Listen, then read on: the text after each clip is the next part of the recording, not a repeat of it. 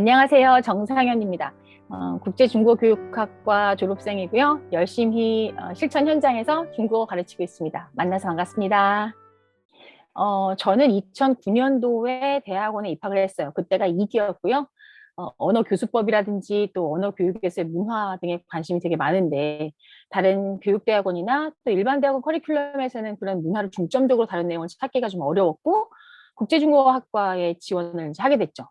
근데 사실 아시는 분들은 아실 수 있는데 제가 전공이 중문과라든지 아니면 중국어 교육이 아니거든요. 그래서 바로 입학을 한 게 아니라 지금은 없지만 그 당시에는 비학위 과정으로 이피텍솔이라는 교육 과정이 있었습니다. 같이 연계도 되어 있었고요.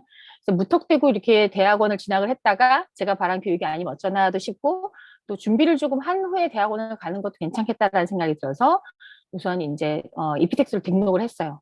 근데 거기에서 배우면 배울수록 좋고 또 과정에 대해서 만족도가 높다 보니까 대학원에 대한 기대감도 생기고 수련 후에 더 공부하고 싶다는 생각이 강해지면서 우리 대학원으로 진학을 하게 됐죠. 저는 2009년도부터 올해 초까지 한 사립초등학교 교과전담 강사로 일을 했어요. 그런데 더 많은 학생들이랑 만나고 싶다라는 생각이 들어서 학교에 양해를 구하고 그만둔 다음에 인천 소재 초등학교들에서 교육청 사업이나 아니면 구청 지원 사업들로 학생들을 만나고 있죠. 제 이름을 달아서 정상현 교육연구소라는 것을 만들었고 2018년부터 이제 활동을 하고 있는데 계속 교수법도 또 연구하고 교육 자료 개발하고 또 교사 대상 특강 아니면 자격증 과정을 이제 운영을 하고 있습니다. 요즘은 새로운 교재도 지금 집필 중에 있고요. 또 이번 2학기부터는 한국외국어대학교에서 한중언어학부, 그러니까 한중문화 언어학부 출강을 하고요. 네이버 카페에는 제가 예전에 이제 막 하나도 못할 때부터 시작을 해서 강사가 돼가지고 막 정말 어떤 날은 수업 너무 망쳤고 어떤 날은 좋고 이랬었던 저의 기록들을 다 넣어서 공유를 좀 했었고 그런 것들을 카페로 만들어서 네이버에서 지금 상윤쌤의 펀차인지라는 카페를 운영하고 있어요. 거기는 아무래도 강사 커뮤니티다 보니까 중국어 교육에 관심이 있으시거나 현재 중국어 교육을 하고 계시는 분들이 같이 모여 있고요. 또 제가 학습자들에 대한 연령이 조금 관심이 변화하면서 매주 수요일 밤마다 몇 년 동안 지금 재능 기부로 엄마들을 대상으로 중국어 수업을 하고 있습니다. 나머지 시간대에는 아무래도 제가 교수법에 관심이 많다 보니까 교수법에 대해서 연구를 하고 있고 뭐 엄청 지금 두서없이 말씀을 드리는데 일단 해보고 싶다, 관심이 있다라고 하는 건 저지르면서 사는 삶을 살고 있다고 말씀드리면 될 것 같아요. 네. 네. 외국어교육특수대학원 국제중국어 교육학과를 다니시면서 가장 네. 인상 깊었던 점이 있다면 어떤 게 있을까요? 가장 인상 깊었던 점은 커리큘럼이 굉장히 살아있어요. 뭔가 직접 수업을 하고 계신 분들이 오셔도 인사이트를 많이 얻을 만한 아니면 이제 앞으로 중국어 교육이라고 하는 필드에서 활동하실 분이라면 제대로 되어 있는 교육관을 딱 몸에다 장착을 할 수 있는 그런 커리큘럼들이 있다는 것이 가장 전 인상적이었고 두 번째는 원어로 수업을 듣고 발표하는 거. 아마 제가 그때가 저의 중국어 실력의 리즈 시절이 아니었나라는 생각이 드는데 북경대학교에서 오셨던 교수님들께서 원어로 수업을 막 해주시고 학생들이랑도 그 시간만큼 중국에서 수업을 듣는 것처럼 막 수업을 하고 덜덜덜 떨면서 달달달 외워서 발표하고 이랬었던 것들이 굉장히 인상적이에요. 근데 그것 말고도 제가 정말 자랑하고 싶었던 것 중에 하나는 어쨌든 어떤 집단에 가면 비슷한 부류의 사람들이 모이게 마련이잖아요. 특히 이렇게 우리 국제중국어 교육학과 같이 특색이 조금 있는 커리큘럼을 가진 집단에서는 나 정말 제대로 된 교육 아니면 살아있는 교육, 재밌는 교육을 하고 싶어라고 하는 성향들이 좀 강한 강사나 교육자들 아니면 예비 교육자분들이 모이는 집단이니까 학교에서 제공을 해주는 커리큘럼 이외에 그 집단 간에서의 소통과 또 그분들의 발표나 이런 보고서들을 보면서 느낄 수 있는 성장이 굉장히 좀 컸다고 생각을 해요. 그래서 저는 커리큘럼적인 측면에서도 인상이 깊었지만 그 구성원들이 가져다 주는 그 시너지가 굉장히 강한, 제가 자꾸 굉장히 말씀을 드리고 있는데 정말 강한 것이 인상 깊다고 말씀드리고 싶습니다. 네. 자, 그럼 우리 선생님께서 국제중국어 교육학과를 졸업하시고 나서 인생에 큰 변화가 생기셨다면 어떤 것을 음. 꼽아볼 수 있을까요? 저는 일단 제가 이제 강사로서 보다 정확한 이론적인 근거를 가지고 수업을 구성하는 방법을 선택을 하고 또 사용하는 교사 제시어 한마디 한마디에도 뭔가 확실한 이유와 목표를 가지고 하게 됐다는 점이 저한테 생긴 가장 크고 긍정적인 변화라고 할 수 있어요.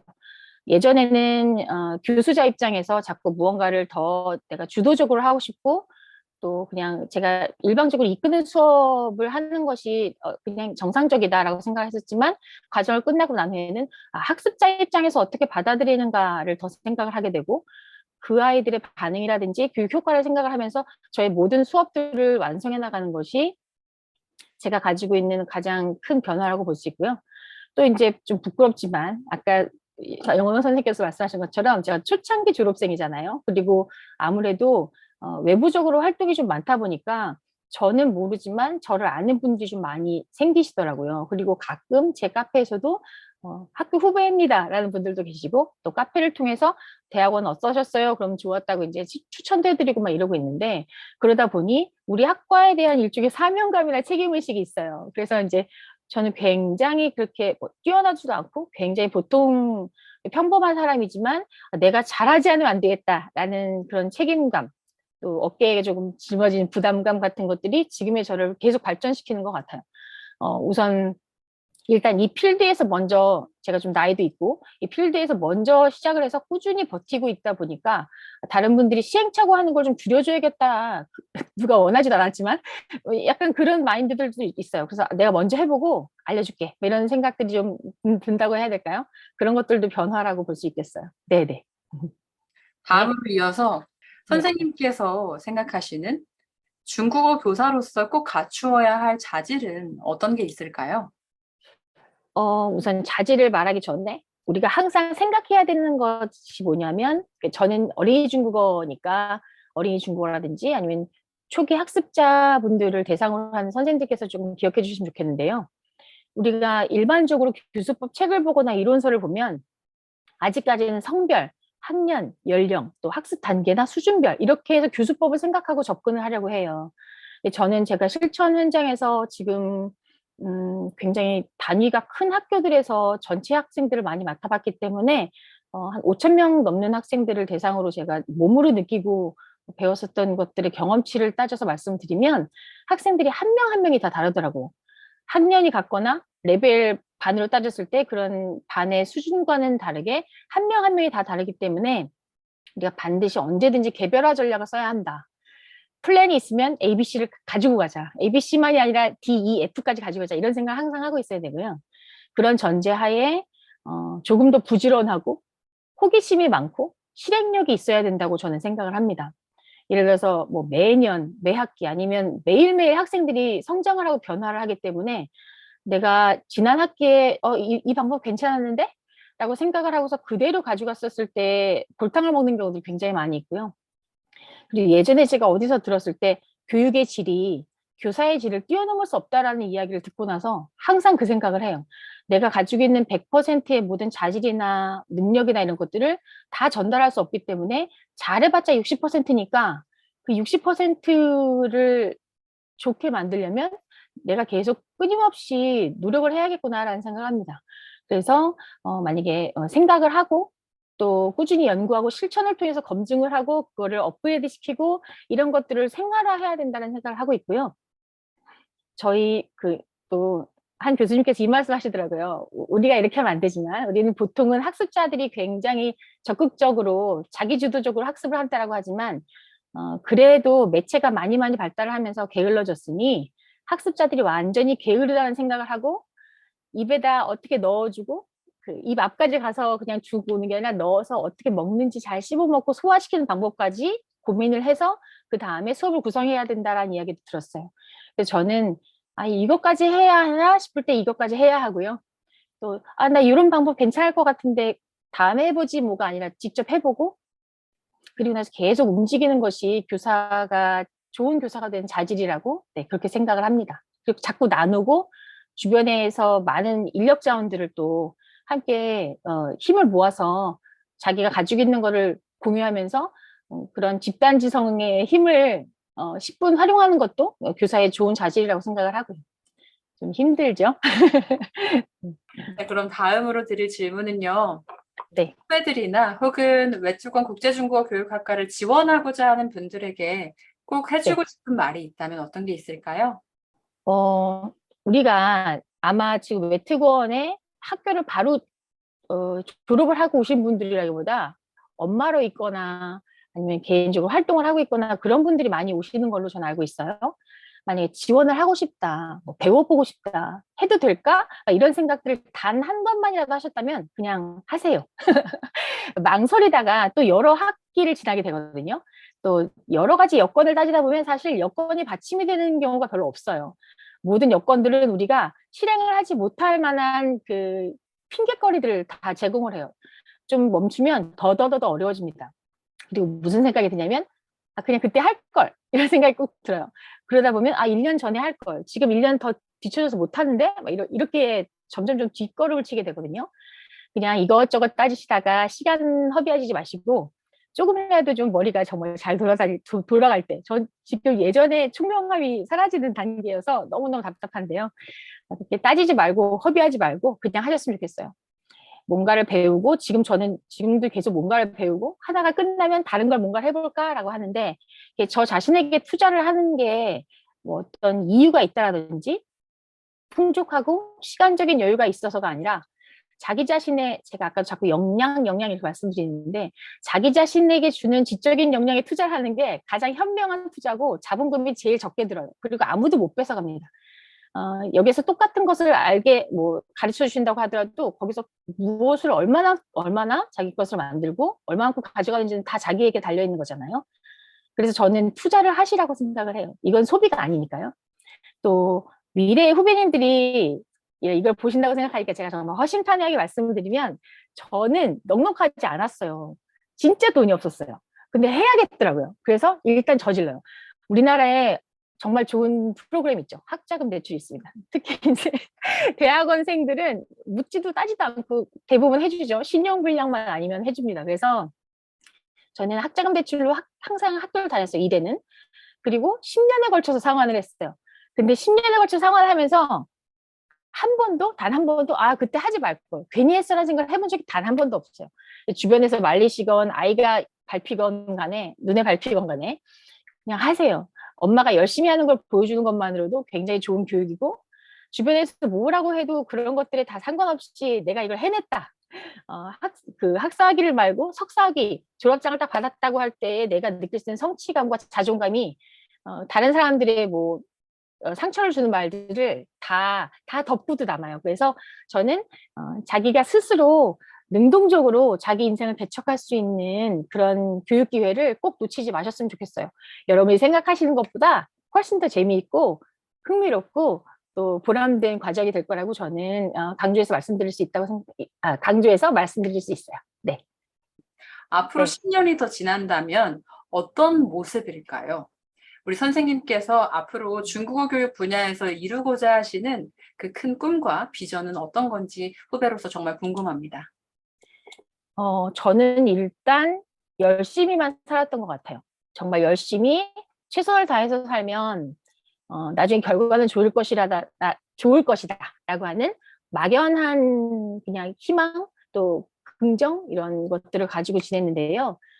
우선은 좀 전략적으로 사셔야 된다는 생각은 이런 질문과는 별도로 하고 싶어요. 젊으신 분들이 저는 내년에 50살인데 저보다는 아직 기회가 더 많으실 테니까 내가 이걸 하면서 경제적인 창출이랑 조금이라도 연계가 되는 방법을 갔으면 좋겠어요. 저는 의미를 찾았고 약간의 소명의식을 찾았는데 그러다 보니 지칠 수가 있거든요. 그래서 그런 나의 굳은 심지를 지속적으로 유지할 수 있는 경제적인 자립 아니면 경제적인 그 피드백을 받을 수 있는 루트를 꼭 하나 마련하시고요. 그래도 이게 사람이 참 어떤 방향성이 쉽게 가진 않더라고요. 그래서 저는 아직도 그렇게 경제적으로 뭔가 일확천금을 꿈꾸거나 이러지는 못하고 부자가 될 수 있는 것에 대한 꿈은 좀 접었지만 우선 그냥 저의 이상적인 꿈을 생각을 하면 제가 처음 시작했었던 시기보다는 제가 워낙 교수법 이러고 다녀서 교수법에 대한 생각들을 많이 하시게 되었는데 아직까지 중국어는 영어에 비해서는 틀이 잡혀 있는 교수법이 참 많지 않죠.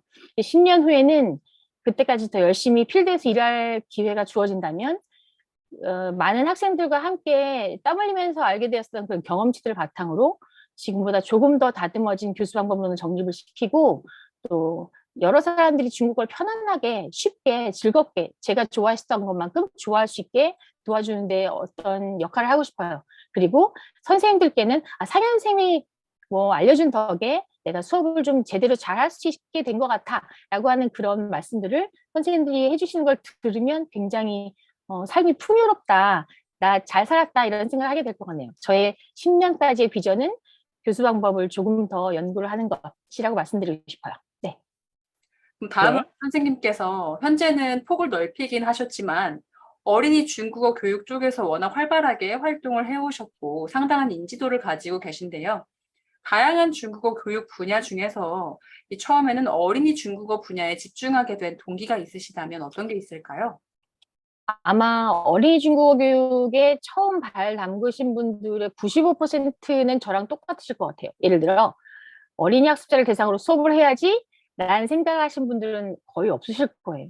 그냥 저도 제가 강사가 돼야지라고 생각한 적이 없었어요. 그냥 제가 그저 제 아이에게 내가 정말 좋아하는 중국어를 즐겁게 가르쳐주고 싶은데 내 아이다 보니까 정말 뭐 흐트러마트로 가르쳐주고 싶지 않고 제대로 가르쳐줘야지라는 생각이 들어서 공부를 하게 됐고 그러다 보니까 지금의 제가 되어 있더라고요. 강사이기 전에 엄마이기 때문에 아이가 성장하는 과정에서 학습자들에 대한 관심의 학습자 연령이 다 좀 달라져요. 그래서 저도 제 아이가 이제 대학교 졸업반인데 그러다 보니까 성인들한테 자꾸 눈이 돌아가는 거예요. 그래서 요즘에는 근데 그거를 성인을 가르치고 싶다고 해서 제가 그렇다고 무턱대고 성인들의 시장으로 뛰어들 수가 없는 게 이미 훌륭한 선생님들께서 많이 잘하고 계시고 저는 제가 잘할 수 있고 남들이 잘한다고 인정하는 분야에서 더 정확하게 무언가를 교육을 펼치는 것이 또 제 역할이니까요. 그런데 또 성인을 가르치고 싶어. 그래서 어떻게 하고 있냐면 중국어를 정말 전문적으로 알고 싶은 게 아니라 알아보고 싶어. 배워보고 싶은데 좀 재밌게 배웠으면 좋겠어 하는 분들이 굉장히 많이 계세요. 특히 엄마들. 그러니까 지금 경력이 단절되어 있는 상태에 아이를 키우고 계신 분들이 계시거든요. 그런 분들 중에 비전공자 분들을 대상으로 해서 제가 몇 년 동안 지금 수요일마다 밤에 2시간 정도씩 라방으로 교육을 하고 있어요. 그래서 지금 어린이 중국어 쪽에 관심을 갖고 있지만 특별한 목적이 있어서가 아니라 아이를 키우고 아이에게 해주고 싶고 그러다가 사회로 진출하고 이게 저의 케이스거든요. 그래서 지금 만약에 이 화면을 보고 계시고 아직 강사는 뭐 내가 사회활동을 하지 않을 것 같은데 라고 생각하시면 제가 그랬었어요. 아이한테만 제가 집중을 하고 있어서 8년 동안은 집에서만 있었던 전업주부고요. 그리고 아이를 키우다 보니까 아이 친구들이 와서 저한테 소소하게 소그룹이 생겼고 그러다가 주변에서 저기 사립초에 공고 났더라 한번 가봐라 라고 해서 갔는데 제가 너무 방실방실 웃으면서 있었더니 사립초 교감 선생님 교장 선생님께서 아이들이랑 되게 잘 놀게 생겼다 라고 하셔서 저를 뽑아주신 케이스거든요. 그래서 지금 어떤 계획을 세워서 어린이 중국어 쪽에 도전하시는 것이 아니라면 그래도 저처럼 그냥 해보시면 좋을 것 같아요. 네. 쉽지는 않아요. 어린이 중국어는 사실 제가 볼 때 어린이 중국어를 잘 가르치시면 이게 조금 딴 방향으로 가는 것 같은데요, 여원생. 선생님께서 나중에 잘 편집을 해주세요. 저는 우리나라 교수법이 최고라고 생각하고요. 어린이 중국어 잘 가르칠 수 있으면 누구도 다 잘 가르친다고 생각해요. 왜냐면 학습 동기가 없고 목표의식이 낮은 아이들한테 그 아이들 몇십 명을 이끌고서 자리에 앉혀놓고 수업을 따라하게 한다는 것은 정말 대단한 스킬이거든요. 이걸 제가 자화자찬 하는 게 아니라 지금 학교에서 아니면 뭐 사교육에서 활동하시는 모든 어린이 중국어 선생님들이 저는 최고라고 생각해요. 그래서 아마 우리나라에서 하는 교수법이 전 세계로 뻗어나갈 일이 있을 거라고 저는 보고 있어요. 지금 아이들을 가르치는데 검색을 해보건 뭐라건 다른 나라에서는 다 중국어 교육을 답습하고 있지만 교수법을 계속 바꾸고 있는 게 우리나라밖에 없거든요. 그래서 그런 자신감과 또 그런 뭔가 좀 어깨 뿜뿜 할 수 있는 그런 생각들을 하시고 어린이 중국어를 고민해서 막 연습을 하시다 보면 다른 연령들도 넘어가세요. 그래서 저희는 전천후라고 봐요. 어린이 중국어 가르치신 분들 저를 빼놓고 다른 분들은 어린이부터 성인까지 다 가르치시거든요. 근데 그게 자기의 중국어 실력만 갖춰진다면 가능한 것이 교수법이 탄탄하기 때문이에요. 저의 이런 교수법이 네, 이대에서 우리 국제중국어교육학과에서 나왔습니다. 그러니까 다시 한번 말씀드리지만 오세요. 네. 맞아요. 저도 많은 학생들을 가르쳐 보면서 어린이집 학생들이 가장 공이 많이 들어가고 가장 스킬이 맞아요. 많이 들어가고 가장 진땀 빼는 그러나 그리고 가장 잔인해요. 어, 누가 어떤 학생이 대놓고 나 하기 싫어요. 재미없어요. 선생님 싫어요라는 얘기를 어디서 해요. 하지만 우린 다 듣고 있어요. 그러면 너 나한테 관심 있구나 라고 하고 웃을 수 있는 공력이 주어질 때까지는 정말 맷집이 많이 단련이 돼야 되는데 그렇게 되면서 어디 나가면 실천 현장에서 그렇게 많이 단련이 되었기 때문에 두렵지 않아요. 네, 감사합니다. 그럼 끝으로 마지막 질문을 드려보려고 하는데요. 네. 선생님께서 지금까지 정말 다양한 어린이 중국어 교재를 집필하셨어요. 그래서 유명한 어린이 중국어 교재 보면은 다 선생님의 이름이 들어가 있는 경우도 많은 감사합니다. 교재를 집필하시게 된 그 시작의 계기가 궁금해요.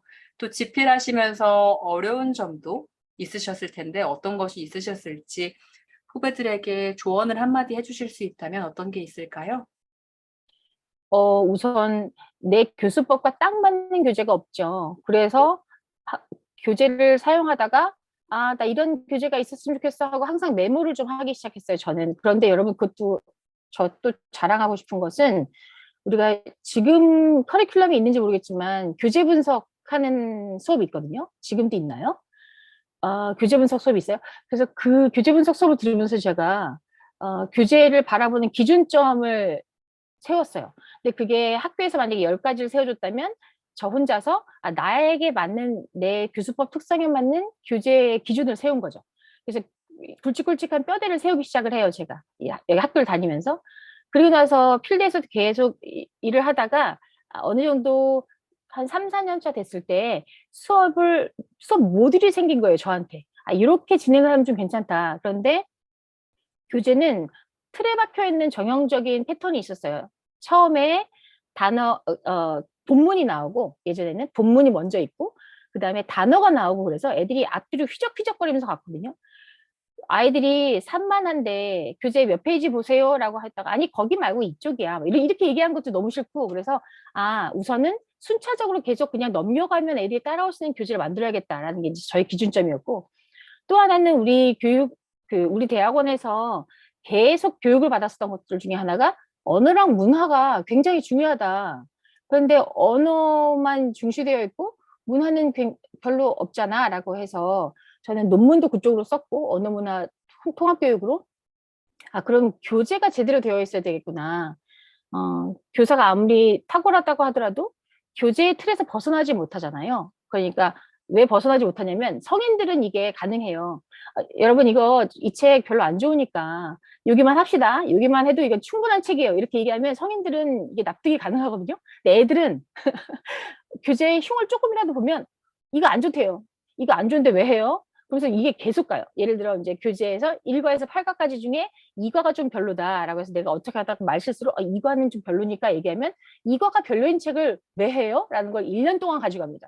그래서 그럼 안 되겠구나 싶어서 아이들한테 그렇게 하면 안 되니까 교재 험다운 못하고 계속 이제 체크를 하는 거예요. 나 이런 게 좋아. 이런 순서가 좋아. 라고 하고 나서 샘플을 만들어서 제 자료를 만들기 시작을 해요. 그리고 나서 제가 써보고 이거 괜찮은 것 같아 라고 하고 나서는 무작정 출판사에 이제 문을 두드렸죠. 근데 솔직히 말씀을 드리면 제일 처음부터 그 신나놀이 중국어 시리즈를 가지고 출판을 한 건 아니고요. 문화가 너무 중요한데 우리나라에 중국 문화를 다루고 있는 어린이 교재가 없는 거예요. 그리고 교사용 교재가 있어야 교사들이 움직이겠다는 생각이 들어서 이제 다락원에 말을 합니다. 아, 교사용 문화교재 쓰고 싶어요. 난 이러이러한 교육관을 가지고 있는 사람이고 이게 정말 중요한데 교재가 이런 게 없으니까 당신들이 선구적인 출판사로서 이걸 좀 책임감 있게 해주라 라고 했더니 첫 번째로 교사 대상으로 하고 있는 필드가 너무 적기 때문에 시장이 형성되지 않아서 안 된다.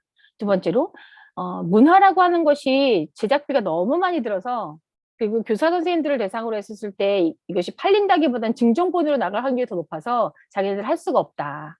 이렇게 말씀을 해요. 그래서 제가 거기서 쥐지 않고 다시 메일을 보냅니다. 그러면 이북으로 만들어주세요. 다시 답장이 와요.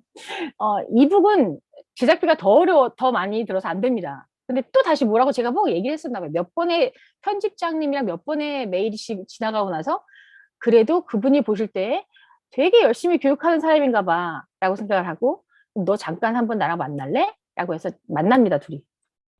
근데 그날 으쌰으쌰 의기투합을 했어요. 그래서 다락원에서 지금 어린이 교재를 사용하려고 했는데 쓰려고 하는데 선생님이 한번 써보시겠어요? 라고 얘기해서 제가 건 게 첫 번째가 뭐냐면 그럼 문화를 제일 앞면에다가 2장으로 배치시켜 주세요. 하나. 두 번째는 본문 뒤에 있었던 단어를 앞으로 가지고 올게요. 둘. 이거 2개. 이거는 우선 기본적으로 2개.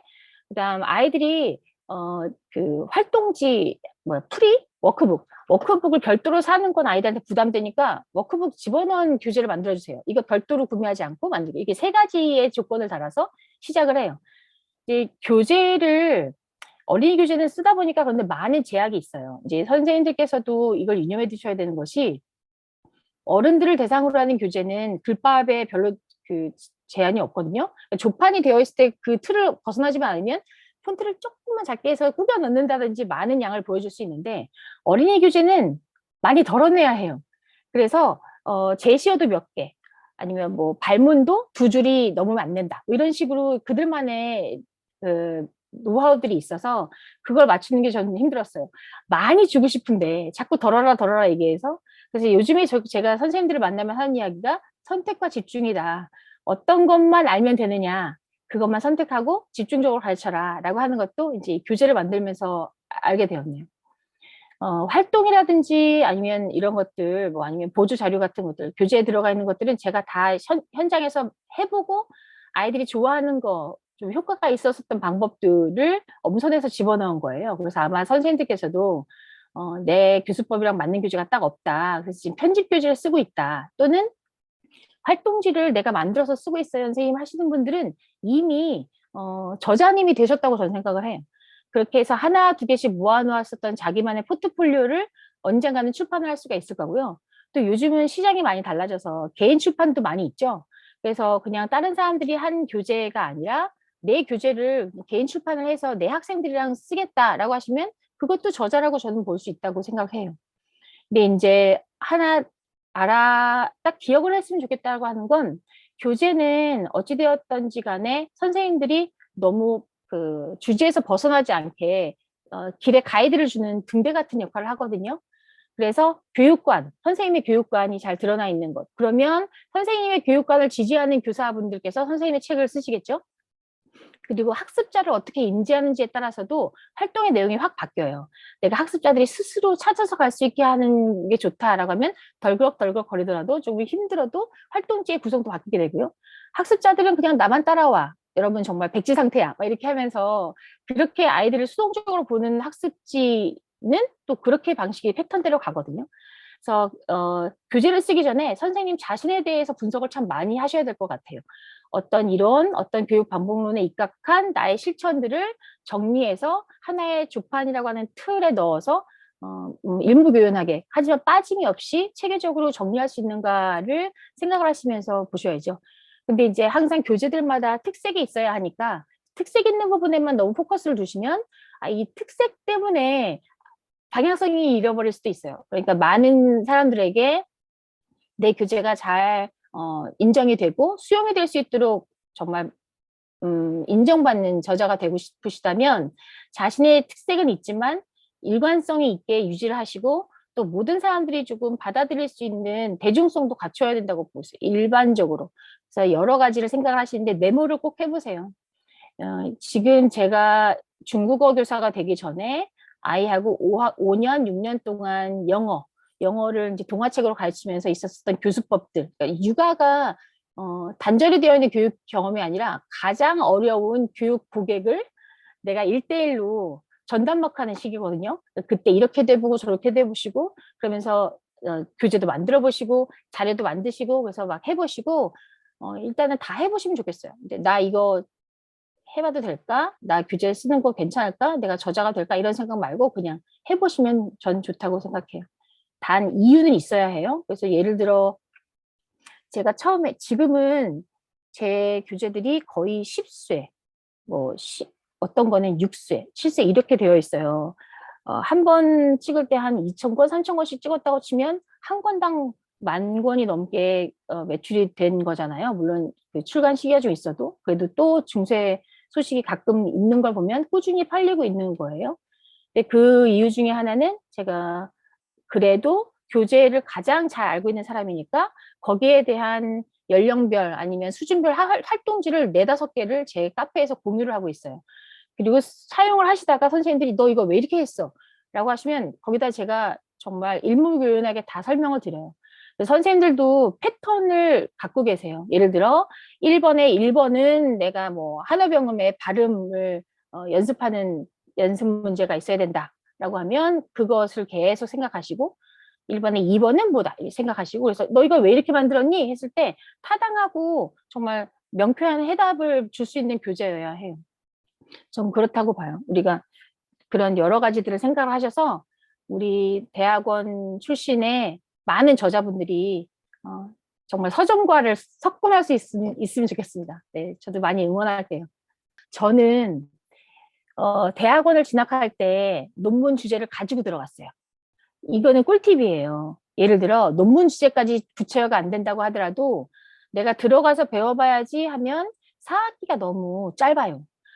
북대까지 갔다 오신다고 하더라도 6학기, 뭐 7학기가 너무 짧아요. 그래서 그냥 물론 중간에 바뀌셔도 되지만 반드시 뭔가에 관심 분야를 가지고 들어가셔서 거기에 포커스를 두셔서 수업을 신청하세요. 그리고 내가 맞는지 틀린지 이런 것들을 발표하고 보고서를 통해서 교수님과 피드백을 받으시면 저는 그 과정에서 이미 저의 그런 부단한 과정에서 제 논문이 다듬어졌거든요. 물론 지금 제가 석사 논문을 다시 보면 정말 이불킥인데요. 그때는 역작이야 뭐 이러면서 혼자서 이러면서 냈었던 기억이 나요. 근데 어쨌든 이 과정을 여러분들께서 쉽지 않은 선택을 하고 결정을 내리시고 오셨을 때 마지막까지 만족감 있게 이 과정을 끝내시려면 관심사를 세팅을 하시고 오셔서 학기가 진행이 되면서 아 내가 뭔가 조금 더 완성이 되어 가는구나. 내 안에 교육이 체계적으로 조금 하나하나 차곡차곡 채워지는구나 라는 생각을 하시는데 도움이 되는 방법 중에 하나라고 저는 생각합니다. 물론 오셔서 찾는 것도 괜찮아요. 그런데 혹시 만약에 조금이라도 어딘가 마음 가는 관심사가 있으시다면 그것도 꼭 잘 아셔서 수강 신청하시고 학점도 받아가시면서 자기의 이론이나 아니면 교수법을 정립하는 것도 우리 대학원의 큰 장점을 하나 더 나에게 탑재를 딱 시켜가지고 가지고 가는 방법이라고 꼭 말씀드리고 싶어요. 네. 저는 만약에 그냥 제가 여기저기다 다 얘기를 하지만 맨 마지막에 이 세상을 눈 감을 때 그때 그거 해볼 걸 하는 생각을 안 가지고 가고 싶다라는 생각으로 실수를 하더라도 자꾸 부딪혀 보려고 생각을 해요. 그리고 실수를 하고서 경험을 통해서 얻어지면 절대 안 잊혀지더라고요. 그래서 지금도 제 머릿속에 와 있는 건 수업하다가 실수해가지고 조금 먹었을 때, 아, 그때 내가 어떻게 배웠지 하는 그런 수업 과목들이에요. 그것들이 또 많이 도움이 되고요. 저는 자꾸 이게 홍보하는 것처럼 말씀을 드리지만 이것저것 미루시다가 차일피일 그 기간을 놓치시고, 영영 우리와 이런 어떤 그런 그룹 안에 안 들어가실까봐 조금 애타는 마음으로 다시 한번 말씀드리면 오세요. 공부는 제일 좋은 것은 엄마로서 제일 좋은 것은 정말 열심히 공부하는 모습을 보여주면 좋습니다. 면학 분위기 조성하기 위해서는 우리 웨트곤에서 사용하는 과제를 마구마구 하시는 모습을 보여주시는 것도 좋고요. 또 하나는 저도 그렇고 우리 영어 선생님도 그렇고 이번에 한번 아팠죠. 아프고 났더니 하고 싶은 걸 너무 못해서 차질이 많이 생겼어요. 화가 나더라고요. 그래서 건강을 많이 이제 신경을 쓰셔서 하고 싶은 걸 다 하고 사셨으면 좋겠습니다. 일단 마음에 뭔가가 생기면 제가 여러 선생님들을 봤지만 계속 다시 용솟음 쳐요. 아, 그때 할 걸. 다음 학기 할 걸. 이런 생각들을. 그러니까 지금 뭔가 뇌리를 싹 치셨으면 또 이거 괜찮을까 하셨으면 괜찮아요. 그러니까 오셔서 많이 배우시고 자기의 교육 철학이라든지 이런 거 접목시킨 나만의 방법을 확립시키셔서 졸업하셨으면 좋겠습니다. 네, 오늘 인터뷰 너무너무 감사드립니다, 선생님. 그럼 이걸 끝으로 오늘 인터뷰를 마치도록 할게요. 감사합니다. 감사합니다.